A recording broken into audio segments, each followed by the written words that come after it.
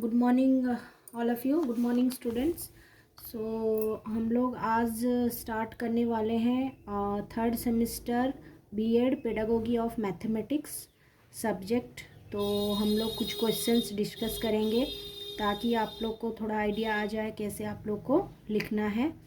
तो हम लोग का जो पेडागोगी ऑफ मैथमेटिक्स है इसका चार पार्ट्स में ये चार कंटेंट यूनिट है। पहला है मैथमेटिक करिकुलम, जैसे कि आपको पता होगा।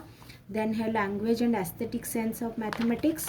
After that you are having assessment and evaluation and then mathematics for all.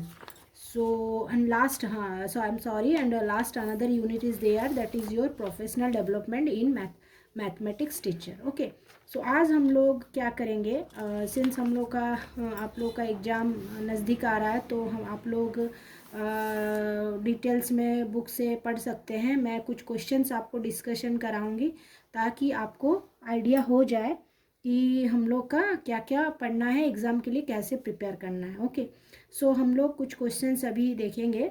आज के वीडियो में मैं आपको कुछ क्वेश्चंस कराऊंगी जो कि पहला यूनिट का है, that is your mathematics curriculum. Okay, so let us start. अभी हम लोग स्टार्ट करने वाले हैं. तो जैसे कि मैथमेटिक्स करिकुलम में मेन पॉइंट है आपका करिकुलम. ओके, सो करिकुलम में क्या है, करिकुलम एक्चुअली होता क्या है, इसमें हम लोग देखेंगे what is the meaning of curriculum, ये क्या है. ठीक है, करिकुलम कहाँ से आया है. Okay, so curriculum actually means a course of studies because the term curriculum is derive from the Latin word currere. ये एक लैटिन वर्ड से डिराइव हुआ है जिसका मीनिंग है क्यूरी. क्यूरी का मतलब क्या है, रन. ठीक है, रन जिसका मतलब है भागना, रन अवे, और a course which runs to reach the goal. हम लोग क्यों पढ़ रहे हैं mathematics, we need to satisfy, we need to achieve a goal.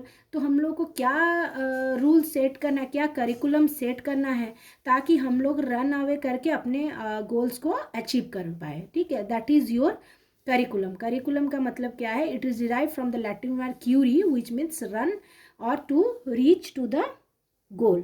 Okay, so that is your known as curriculum. So then इसके बाद आपका मैं थोड़ा बहुत आपको ऐसे ही डिस्कस करा दे रही हूँ, देन हम लोग क्वेश्चंस में जाएंगे.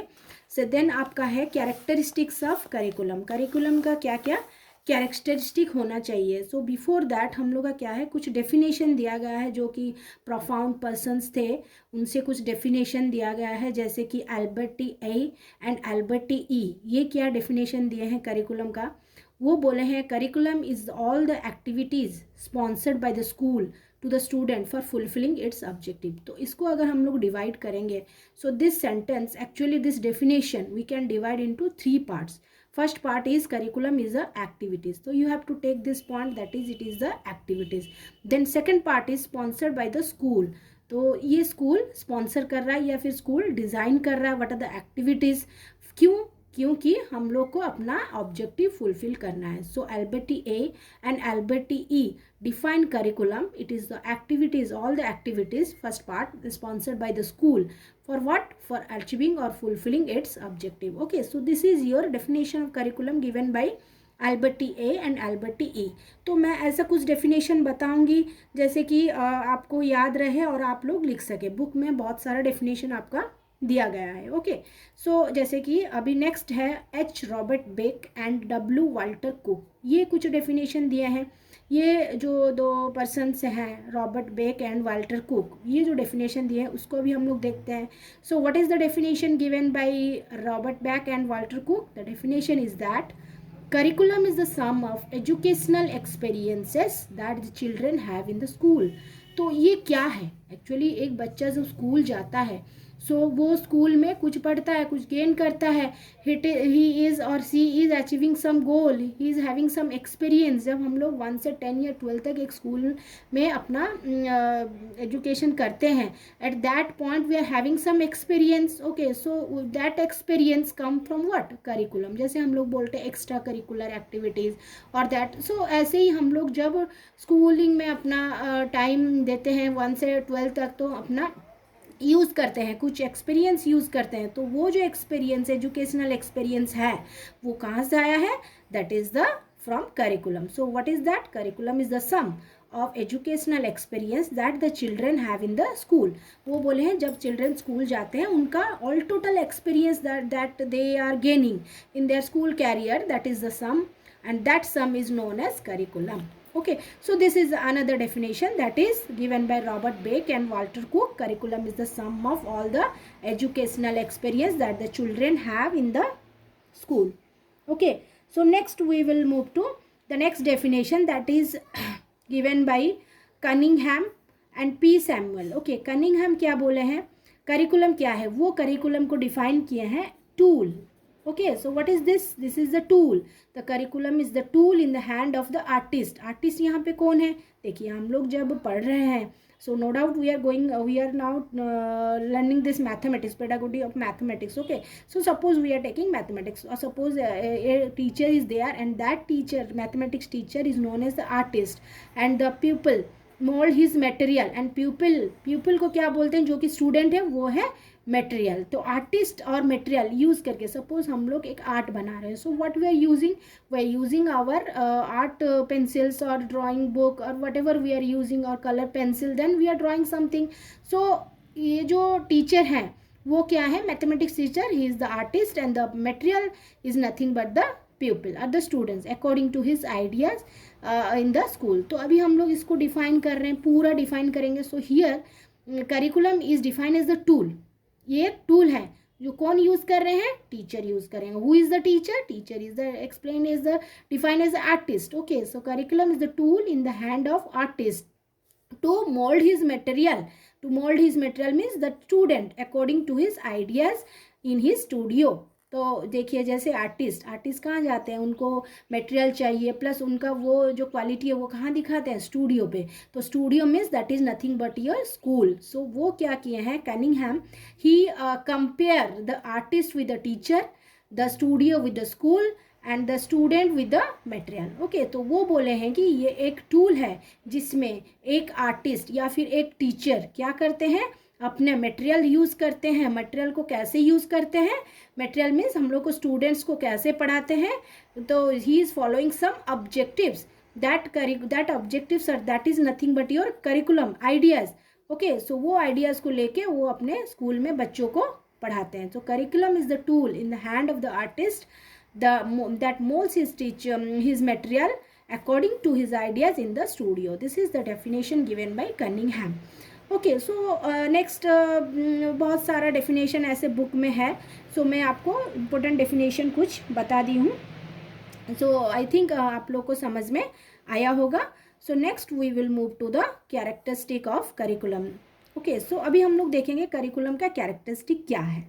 तो देखिए जैसे अभी हम लोग बोले कि करिकुलम क्या है, ये एक हम लोग देखे बहुत सारा इसका डेफिनेशन है, प्लस हम लोग डेफिनेशन में देखे कि ये हम लोग गोल्स अचीव करने के लिए इसका मतलब क्या है, वो एक ऑब्जेक्टिव है जिसको हम लोग फुलफिल करके अपना गोल अचीव कर रहे हैं, और वो ऑब्जेक्टिव डिफाइन मतलब डिज़ाइन किया जाता है टीचर के through. Okay, so there are some characteristics of curriculum. तो करिकुलम का पहला कैरेक्टरिस्टिक है the content should be chosen on the basis of its possible contribution to the objective. जो पॉसिबल कंट्रीब्यूशन है उसी हिसाब से करिकुलम का कंटेंट लेना है. सपोज हम लोग एक क्लास 1 के बच्चे को उसका करिकुलम हम लोग क्लास 5 या 6 के बच्चों का करिकुलम नहीं फॉलो कर पाएंगे. Okay, so we should take the curriculum that should be possible have contribution to the objective. जैसे कि हम लोग को ऑब्जेक्टिव मिल सकेगा, बच्चे अपना गोल अचीव कर पाएंगे. अगर हम लोग एक क्लास 1 बच्चे को क्लास 5 का पढ़ने के लिए देंगे बुक और या फिर करिकुलम फॉलो करने के लिए देंगे, then it is not possible for the student of class 1 to follow this objective. Okay, so it should have a possible contribution to the objective. Then next point is subject matter should be considered primarily as the means to an end. subject matter को हम लोग को देखना है, क्या हम लोग subject matter इसमें लिए हैं. the curriculum should contain variety of physical and mental activities. yes, education के साथ mental activities के साथ और मतलब एजुकेशन के साथ extra mental activities, extra debate competition, physical activities, sports, ये सारा भी करिकुलम में होना चाहिए. The content of course should be full of direct significance to life problems and activities. ऐसा करिकुलम होना चाहिए ताकि बच्चे अपने लाइफ में जो प्रॉब्लम्स जो एक्टिविटीज़ वो लोग डील कर रहे हैं दैट शुड बी रिलेटेड वो उन मतलब हेल्पफुल हो, ठीक है। The curriculum should B have significance on the daily problems and the activities. Okay, so the order of difficulty of learning activities should be such that the student may gain satisfaction. मतलब ऐसा activities होना चाहिए ताकि student को satisfaction मिले. Learning activities should be such the call of interest student please pleasure in completing them. Curriculum ऐसा होना चाहिए कि बच्चों को अच्छा लगे, क्योंकि बच्चे ही हैं जिनको गोल अचीव करना है. So it should be like that. Okay, so these are the characteristic of the curriculum we have seen. So next उसके बाद हम लोग का है mathematics curriculum objective in the pre primary stage, upper primary stage and higher secondary stage. इसको हम लोग ले सकते हैं. मैथमेटिक्स करिकुलम एक्चुअली हमारे स्कूल में क्या है, प्री प्राइमरी स्टेज है, देन प्राइमरी स्टेज है, देन सेकेंडरी स्टेज है. तो ऑब्जेक्टिव्स कैसा होना चाहिए प्री प्राइमरी स्टेज में, देन सेकेंडरी स्टेज में, देन हायर सेकेंडरी स्टेज में कैसा ऑब्जेक्टिव होना चाहिए. ओके, तो प्री प्राइमरी स्टेज में क्या होना चाहिए. At pre primary stage all learning occurs through play rather than the dedicate communication. तो प्री प्राइमरी स्टेज में जैसे बच्चे कहाँ जाते हैं, प्ले स्कूल में जाते हैं. तो हम लोग क्या देखते हैं कि बच्चे प्ले स्कूल में कैसे मतलब बच्चे तो जब छोटे होते हैं हम लोग उसको प्ले स्कूल क्यों बोलते हैं, प्ले स्कूल बोला जाता है क्योंकि बच्चे वहाँ खेलते हैं.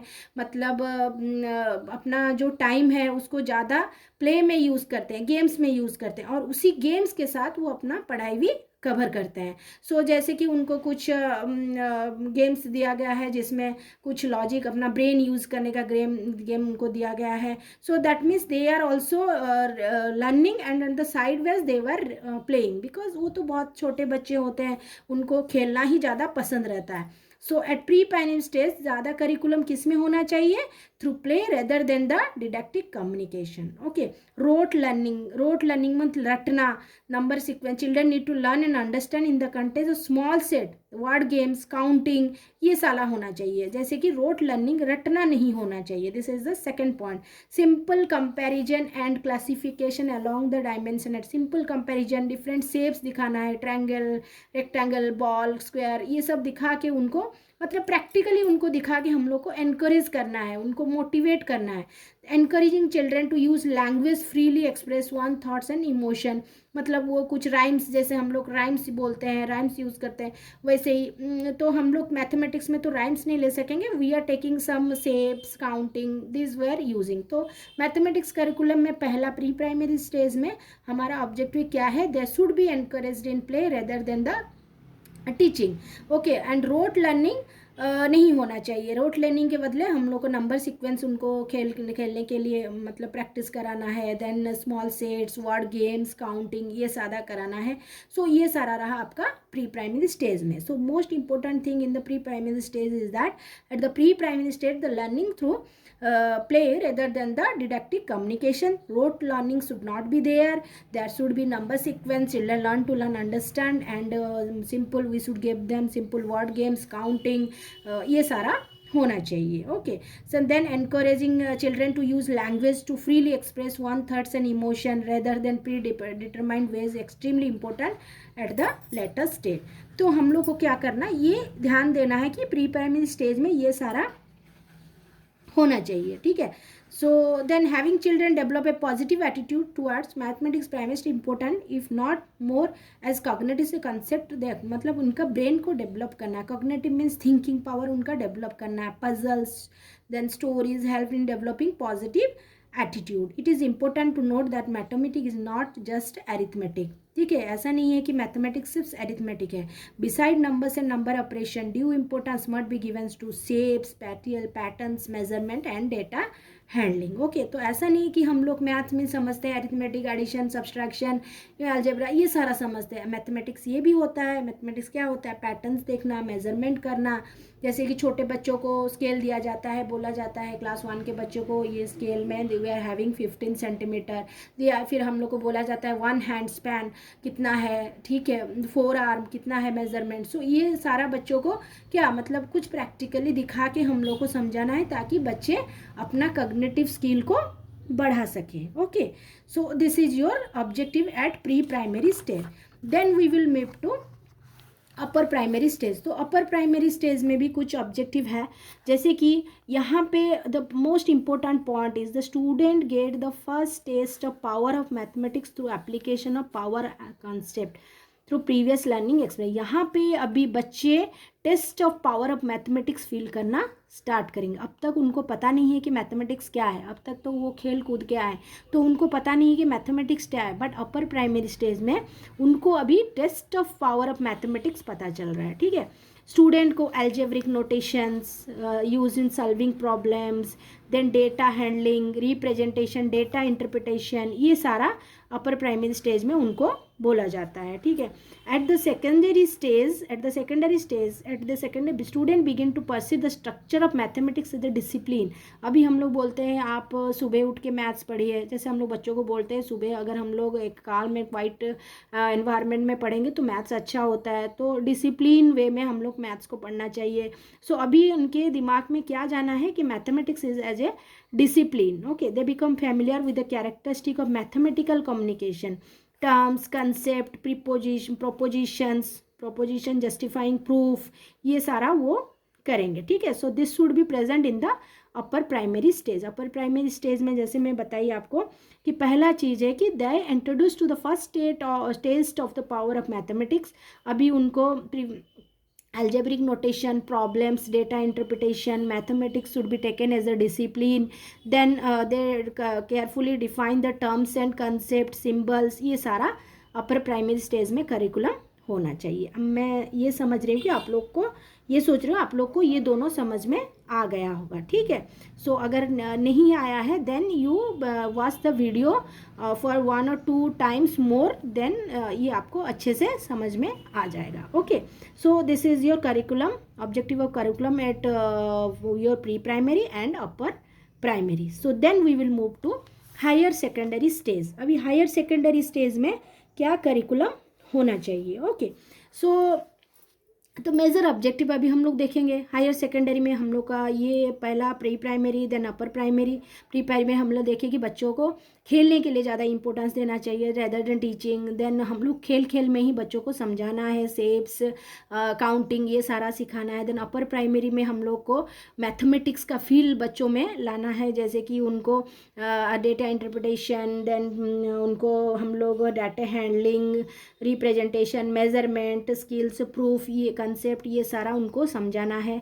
देन हायर सेकेंडरी स्टेज में अभी हम लोग देखेंगे यहाँ पे क्या होने वाला है। सो नेक्स्ट हम लोग का है major objective of mathematics curriculum at the higher secondary stage. Okay, so what is the first point? First point is the mathematics curriculum aims at following objective: proficiency in fundamental mathematics skill, ठीक है। अभी उनका mathematics skill develop होना चाहिए, ये proficiency हम लोग को करिकुलम में रखना है। Then comprehension of basis mathematic concept, जो बेसिक मैथमेटिक कंसेप्ट है उसको अच्छे से एक्सप्लेन करना चाहिए, करिकुलम में रहना चाहिए। Significant meaning development of desirable attitude, efficiency in making sound mathematical application, मतलब ये इतने एफिशिएंट होना चाहिए कि उनको मैथमेटिक एप्लीकेशन भी जानना है। इंटेलिजेंट एंड इंडिपेंडेंट इंटरप्रिटेशन उनको करना है। सो ये तो हायर सेकेंडरी स्टेज में उनको मतलब मैथमेटिक्स में पूरा अपना बेस डेवलप करना है, अच्छे से स्ट्रांग होना है, कंसेप्ट समझना है, सिग्निफिकेंट मीनिंग करना है। देन उनको मैथमेटिकल एप्लीकेशन भी जानना है, कहाँ हम लोग मैथमेटिक्स को अप्लाई कर रहे हैं, ठीक है। So these are the major objective in the higher secondary stage. Okay, so aim of mathematics curriculum at higher secondary stage is to provide student with a appreciation of wide variety of application. यहाँ पे generally हम लोग importance दे रहे हैं application of mathematics and equip them with the basic tool that enable such application. तो आपको ध्यान देना है higher secondary stage means application of mathematics, upper primary stage means taste of power of mathematics, pre-primary stage means what? Playing. Okay, instead of rote learning we are teaching them with playing. Okay, so these 3 are, आपको ये एक point याद रख के अपने exam paper में आपको लिखना है। Okay, so these are the 3 aims of objective in the pre primary, upper primary and higher secondary stage. Okay so यहाँ पे हम लोग जो नेशनल करिकुलम फ्रेमवर्क 2005 है, उसमें हम लोग का जो करिकुलम सेटअप हुआ है वो उनका विज़न क्या है। विज़न ये है कि बच्चे एंजॉय करना चाहिए mathematics, they should enjoy mathematics rather than fear it. Children learn important mathematics, mathematics is more than formulas and mechanic. ऐसा नहीं है कि मैथमेटिक्स सिर्फ फार्मूला है या फिर मैकेनिकल प्रोसीजर है, इसका और कुछ भी इंपॉर्टेंस है डेली लाइफ में। जैसे कि हम लोग कहीं पे जाते हैं, we are buying some chocolate, suppose a child is buying some chocolate, so वो चॉकलेट जब लाता है उनको बोला जाता है कि वो सपोज 10 रुपीज़ दिए हैं, 5 रुपीज़ का चॉकलेट है, और उनको जानना चाहिए कि अगर मैं 10 रुपीज़ दिया हूँ then I should get back 5 rupees from the shopkeeper. So ये क्या है, डेली लाइफ में वो डील कर रहे हैं मैथमेटिक्स। तो मैथमेटिक्स ऐसा नहीं है कि बुक में है, फॉर्मूला में है, मैकेनिकल प्रोसीजर है, ये उससे भी आगे है। Okay, it is more than that. Then the third point is children see mathematics as something to talk about, to communicate, to discuss among them, to work to। Mathematics को ऐसा देखना चाहिए ताकि हम लोग मैथमेटिक्स को डेली लाइफ में use कर पाएँ, उसके बारे में हम लोग बात कर पाएँ, डिस्कस कर पाएँ। Okay, so then children pose and solve meaningful problem करना चाहिए, प्रॉब्लम न्यूमेरिकल सॉल्व करना चाहिए, abstraction to perceive relationship, to see structures, कुछ एब्स्ट्रैक्शन यूज़ करना चाहिए, परसीव करना चाहिए, परसेप्शन होना चाहिए। Children understand the basic structure of mathematics, algebra, geometry, trigonometry, ये सारा समझना है उनको नेशनल करिकुलम फ्रेमवर्क 2005 के अनुसार। Okay, so this is the curriculum, national curriculum framework 2005। Okay, so next हम लोग क्या करेंगे, अभी एक कुछ principles of curriculum construction in mathematics, then हम लोग का approaches of curriculum organisation. Okay, so हम लोग का अभी तक कंप्लीट हुआ है higher secondary objective at pre primary, upper primary and higher secondary stage. Okay, so next हम लोग का है principle of curriculum construction in mathematics.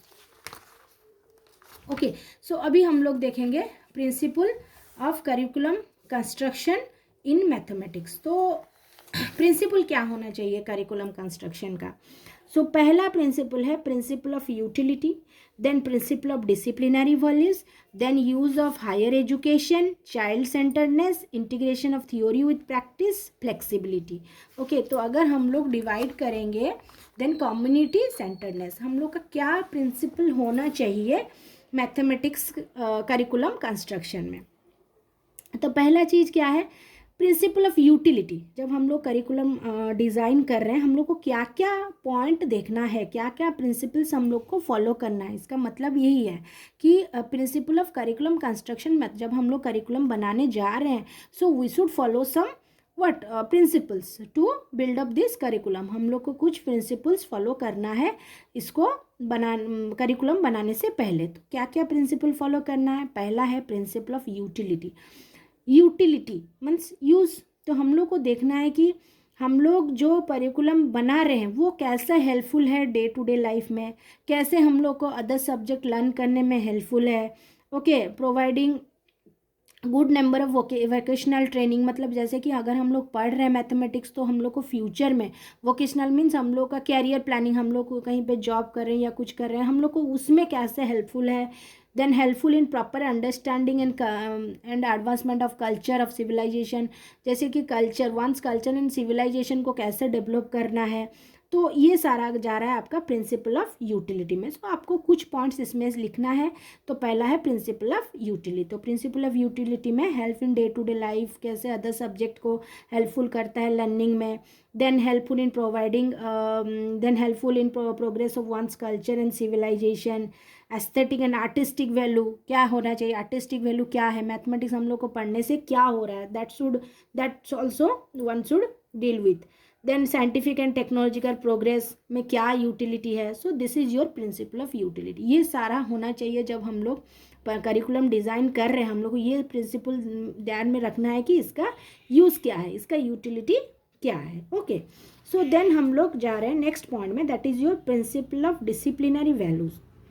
Discipline, आप लोग को पता है discipline is the most important point. जैसे कि हम लोग बोलते हैं एक स्टूडेंट जब क्लास में जाते हैं, not only the student should be good in studies but the student should maintain a good discipline in the class. Discipline अच्छा होना चाहिए, ठीक है। तो मैथमेटिक्स का क्या है, mathematics has a disciplinary values as a discipline and trains the faculties of mind like faculty of reasoning and thinking, suppose thinking, हम लोग को कुछ प्रूव करना है, ठीक है। सो वो क्वेश्चंस हम लोग जब प्रूव करना है, we should have the patience, हम लोग चुपचाप बैठ के उसको प्रूव कर रहे हैं, कुछ सॉल्व कर रहे हैं, हम लोग को आंसर्स निकालना है, ठीक है। जब हम लोग आंसर निकाल रहे हैं तो हम लोग क्या कर रहे हैं, हम लोग डिसिप्लिन मेंटेन कर रहे हैं sorry, we are maintaining discipline. So this is nothing but your principle of disciplinary values. तो मैथमेटिक्स हम लोग को डिसिप्लिन सिखाता है, ठीक है। Okay, sorry. So next is our useful for higher education. Mathematics हम लोग अगर पढ़ रहे हैं तो हम लोग को कैसे यूजफुल है हायर एजुकेशन में, how it is useful in higher education. Higher education में हम लोग को मैथमेटिक्स कैसे यूज़ कर रहे हैं हम लोग, ठीक है। So the child aims to go higher and education ladder, after a primary he joins the middle class and after that secondary and higher. तो हम लोग को हायर स्टडीज़ में मैथमेटिक्स का यूज़ क्या है, मैथमेटिक्स हम लोग को कैसे हेल्प कर रहा है। जब जैसे कि हम लोग हायर स्टडी जाते हैं तो हम लोग देते हैं मैथमेटिक्स का कुछ एप्लीकेशन है जो कि अदर सब्जेक्ट्स में भी यूज़ हो रहा है, ठीक है। तो ये सारा यूज़फुल हायर एजुकेशन में इसका क्या यूज़ है हम लोग ये देख रहे हैं। So next we are going for child centredness. Child centredness means child को देख के हम लोग को करिकुलम बनाना है। जैसे मैं आपको पहले बता चुकी हूँ, तो according to the age and ability, according to the age and ability the curriculum should be design so that बच्चे पढ़ सके अपना मतलब जो मैथमेटिक्स में मोटिवेट होके मैथमेटिक्स को पढ़ के अपना याद रख सके। ओके, सो वो प्रैक्टिस कर सके, उनका मोटिवेशन मैथमेटिक्स पढ़ने में ज़्यादा आए। तो we must not forget that the child is not meant for curriculum, therefore in any scheme of curriculum the needs ability interest and other development characteristic of child. एक particular age में उसका need क्या है, उसका characteristic क्या है, उसका interest क्या है, उसी हिसाब से हम लोग को करिकुलम बनाना है। That is nothing but your child centredness. Okay, so next we will move to integration of theory with practice. देखिए, ऐसा हम लोग को करना चाहिए जैसे कि not only theory is there but also practical application should be there. More theoretical knowledge without practical application is useless. कोई भी चीज़ का अगर हम लोग थ्योरी ही पढ़ते हैं, उसका प्रैक्टिकल एप्लीकेशन कुछ नहीं है, then it is useless. So we should go for practical application. So whenever we are studying mathematics, the curriculum in the sense requires a topic, content, experience and activity in such a way that integrate theory with practice. Practice भी रहना चाहिए, theory भी रहना चाहिए, practical should be there. Then flexibility means curriculum by flexible nature होना चाहिए। जैसे कि हम लोग अभी एक करिकुलम फॉलो कर रहे हैं, सो इफ़ हम लोग का करिकुलम में कुछ रीसेप करना चाहते हैं तो दैट मे बी रीसेप्ट, ऐसा होना चाहिए। ऐसा नहीं है कि हम लोग अगर एक बार डिज़ाइन किए देन वो रीसेप नहीं हो सकेगा। तो according to the circumstance and demand of the resources we need to flexible change our curriculum. Then last one is your community centeredness. This is one important factor. तो social, जैसे कि एक करिकुलम को ऐसे डिज़ाइन करना है that serves the community for a particular place by educating the children according to their need, idea, aspiration, ideals at the community and therefore be constructed and shaped for the welfare of local community. हम लोग को curriculum ऐसे design करना है ताकि वो community को helpful हो, ठीक है, कम्युनिटी फॉलो कर पाए, that should be for the welfare of local community. So this is one of the important question, that is the principle for mathematic curriculum construction. तो इसमें हम लोग कितना प्रिंसिपल्स पढ़े हैं? We read 7 principles. The first is your principle of utility, then next is your principle of disciplinary values, then principle of higher education, then child centeredness, integration of theory with practice, then flexibility. After that last one is your community centeredness. ठीक है, तो मुझे लग रहा है आपको ये समझ में आ गया होगा. ठीक है, so next we will move to approaches of curriculum organisation. तो हम लोग अभी कंप्लीट किए हैं principles of curriculum construction, then हम लोग मूव कर रहे हैं अप्रोचेस ऑफ करिकुलम ऑर्गेनाइजेशन. अब एक करिकुलम जब ऑर्गेनाइज कर रहे हैं तो उसका अप्रोचेस क्या क्या है. ठीक है, सो The following principle needs to be considered for the purpose. So approaches of curriculum organization means the topic or the content selected for the inclusive curriculum should have proper order. जो हम लोग topic select कर रहे हैं वो क्या होना, एक प्रॉपर ऑर्डर में होना चाहिए, अरेंजमेंट होना चाहिए properly, so that teaching learning process अच्छे से जा सके. ठीक है.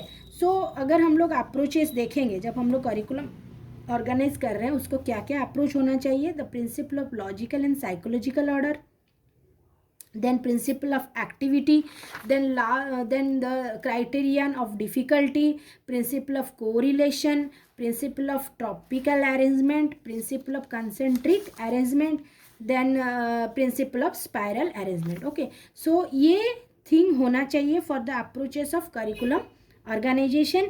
सिंस यहाँ पे मतलब हम लोग अगर देखेंगे तो ये बहुत थ्योरी यहाँ पे लिखा गया है, तो मैं आपको कुछ नोट्स से दिखाती हूँ सो दैट हम लोग इसको अच्छे से समझ सकें, या फिर आप यहाँ से मैं आपको समझा दे रही हूँ. Okay, so first one is your following principle need to be considered for this purpose. तो हम लोग को क्या क्या प्रिंसिपल फॉलो करना है. We need to follow this 7 principles. Okay, for this purpose approaches of curriculum organisation. पहला है principle of logical and psychological order.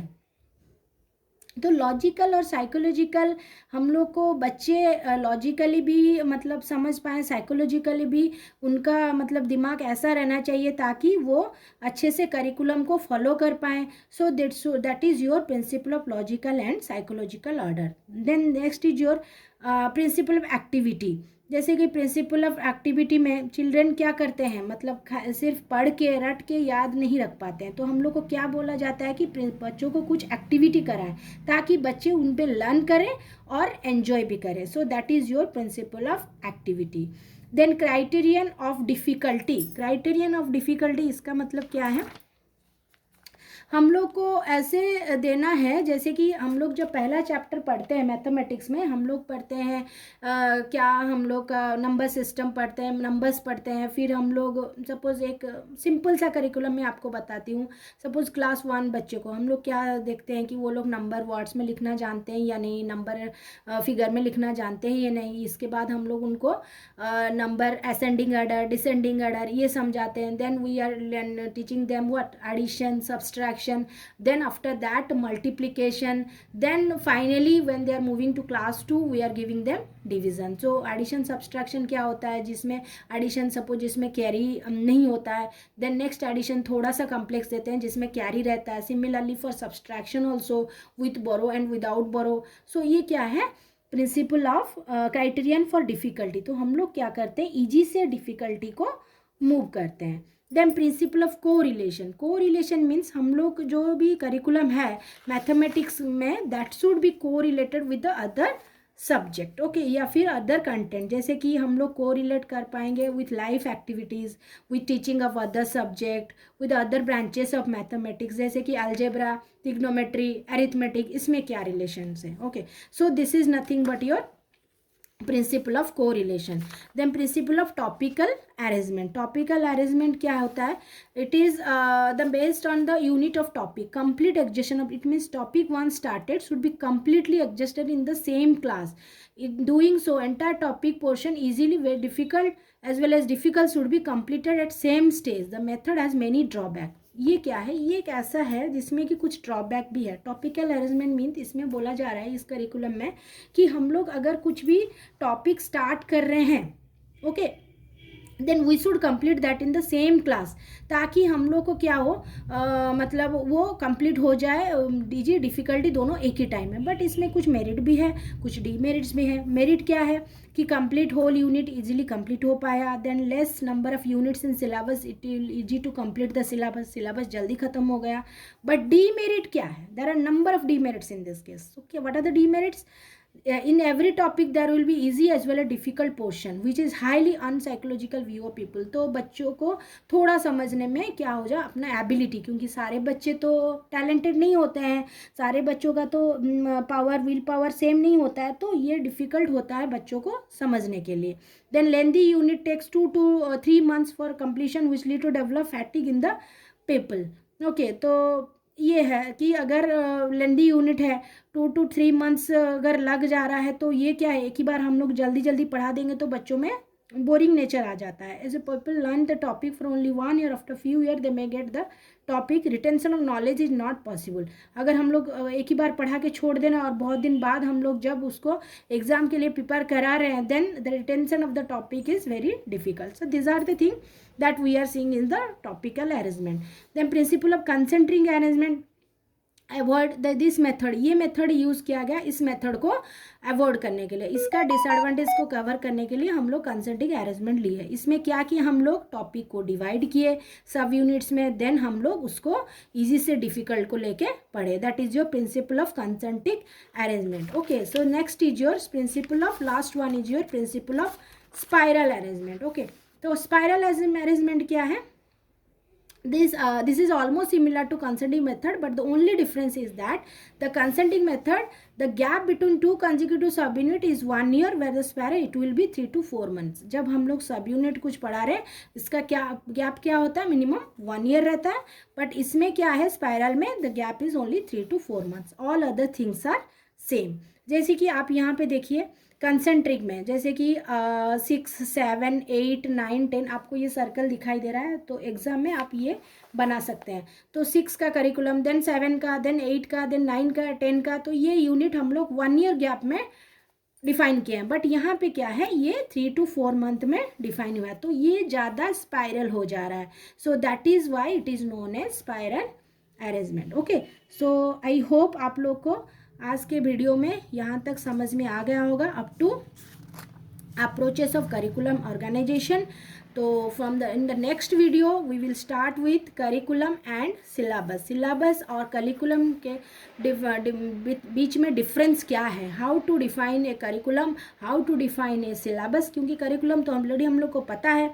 आज के यूनिट में हम लोग करिकुलम समझ गए हैं. नेक्स्ट यूनिट में हम लोग जाएंगे कि सिलेबस और करिकुलम के बीच में क्या डिफरेंस है. तो ये जानने के लिए आपको वीडियो को लाइक और सब्सक्राइब कीजिए, ताकि नेक्स्ट वीडियो में जल्दी ही जब अपलोड करूँगी आप लोग इसको पढ़ पाएँ या और अपने एग्ज़ाम में ठीक से लिख सकें. ओके, सो आई होप आप जो भी मैं आज पढ़ाई हूँ आपको समझ में आया होगा. और ये एक इंटरेस्टिंग बात है कि जब हम लोग एक यूनिट कवर करेंगे, सो उसके बाद हम लोग इस यूनिट से कुछ क्वेश्चंस डिस्कस करेंगे, ताकि हम लोग को और थोड़ा हेल्पफुल हो समझने के लिए. Okay, so now we need to end the video. अभी वीडियो एंड हो जाएगा. So in the next video we will start with curriculum and syllabus. So just like and subscribe so that we can continue with the curriculum and syllabus. अगर आप like and subscribe कर रहे हैं तो next video जब भी आएगा आपको इजीली मिल जाएगा और आप अपना पढ़ाई ठीक से करके एग्ज़ाम में लिख सकेंगे. Okay, so thank you for watching my video. So अगर वीडियो अच्छा लगे तो next time I request all of you to watch my video and to complete the unit. Okay, so thank you, have a good day, bye.